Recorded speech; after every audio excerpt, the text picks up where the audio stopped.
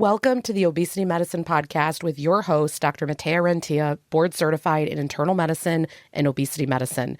Here, we talk about a path to metabolic health, and we have real conversations about chronic weight management and living a full life. Just a reminder, I am a physician, but I'm not your physician. So everything that's on this podcast is for informational purposes, but please go talk to your doctor about what's right for you. There is no medical advice being given on this podcast. Welcome back to another episode of the podcast. Today is our quick Friday episode. I wanted to talk a little bit about hunger. So there's one thing that I wish every patient knew about hunger. Do you guys want to guess? Here it is. It's that hunger is normal. It is normal. It is natural. It is needed. A lot of the times, though, you fear it so much because when hunger starts to come back, or you're getting hungry more often, you're having higher levels of hunger, you could eat more food at one time. Inside, you're thinking, I'm going to gain all that weight back. Everything's going wrong. We are not chasing a suppressed feeling for life. We can't. I'm convinced of this, and there's a lot of things I'm willing to be wrong on, but I'm convinced that no matter how strong the medications and all the things we do, because this is a chronic disease, our body always finds a way to evade it. So these things can help, but that they're not 100% that no one's ever going to struggle with this disease again. I just don't know that can be the case with how complex this disease is, because it truly affects every single organ system. It's a really hard disease. The reason when I say this, it's that what we need much more is for you to get to a place where you say, I want to live in harmony with food. When I'm hungry, I want to eat. I want to make sure I'm hydrated properly. I want to make sure when I eat that they're actual meals and not all snacks or grazing. Because grazing is this like constant eating little food throughout the day. And some of you make this a personality characteristic and you're really proud of it. And the problem is when you're grazing, no one is grazing on boiled broccoli. That's not what's happening.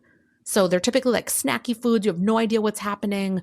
You're totally malnourished sometimes because you're constantly getting a little. So you never really get hungry, but you're never really satisfied. It's a weird zone that you're living in.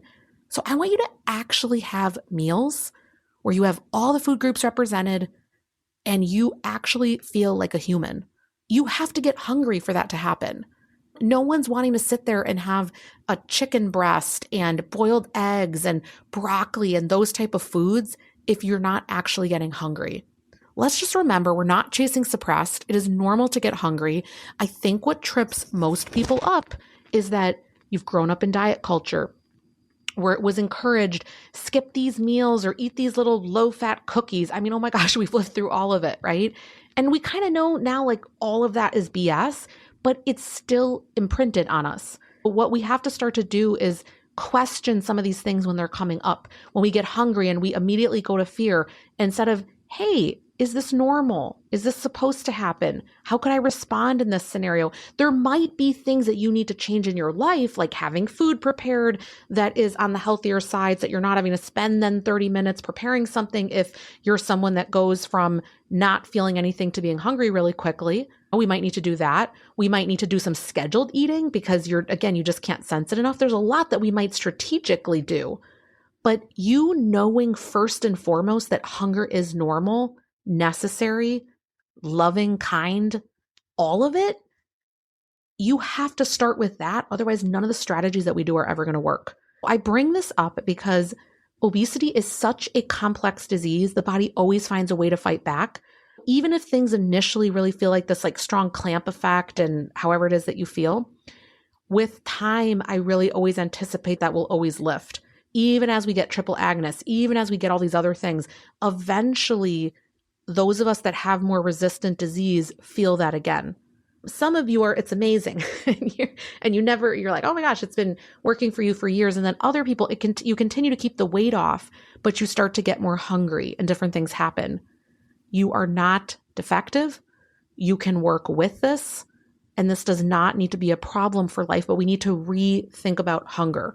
If you don't get hungry, you don't want certain foods, and it's not a fun place to be. The saddest scenarios that I ever see are when there's cancer patients and they do not have appetite. It is the saddest thing in the world. So do not wish for this world where you're not hungry. We want to hope for less food noise and feeling more control around food and everything that goes with that. but hunger is not something that we want to 100% avoid. I just wanted to talk a few minutes on that today. If you want to go deeper on this, I think a really good book is Words to Eat By. It's pretty old at this point. She gives questions that you can ask before, during, or after eating. And a lot of them actually deal with hunger. One, I don't remember the exact words, but I just know that this made an impression on me years ago. And I used to bring it into all of my coaching programs. And it was, hunger is loving and necessary and kind. And it just had all these ways to describe how hunger is normal. And that was such a mind-blowing thing for me. This was just very helpful for me to read that. So a book like that can be helpful. She also has a workbook, Food and Feelings. So if you have a lot of thoughts about what physiologic things are happening, that can be a really nice book as well. And of course, there's always seeing a therapist if you're noticing, I just have a lot of angst around food. And I know my body image is tough for me to work through. And there's all these things happening. It is worth it to think through these things. Remember, with therapy, we are going toward a wellness model. We want you to thrive. We want you to be amazing. This is not just illness rehabbing you, illness getting you out of depression, things like that. We want you to actually feel better. I see patients that do all aspects of this work make it further. And I know it's not necessarily available to everyone. However, if you have a library card and you can get the Libby app, a lot of these books are available for rental. A lot of the things I'm saying are very accessible. You can take one sentence that you hear here and you can journal on it daily. Don't let anything be an obstacle to you thinking about this and moving to a new place with it. That's what I got for today. I hope that you have a great rest of the weekend, and I'll see you Monday.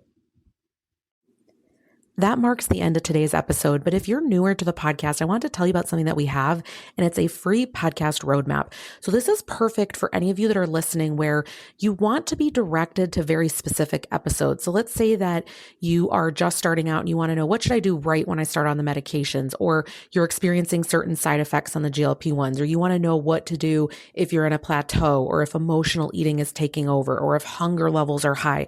So we have many different categories of episodes that we've talked about, because there's a lot at this point.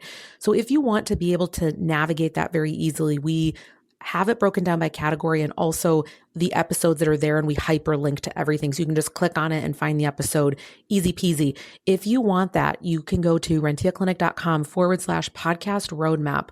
We'll have it linked right here underneath the show notes where you're listening.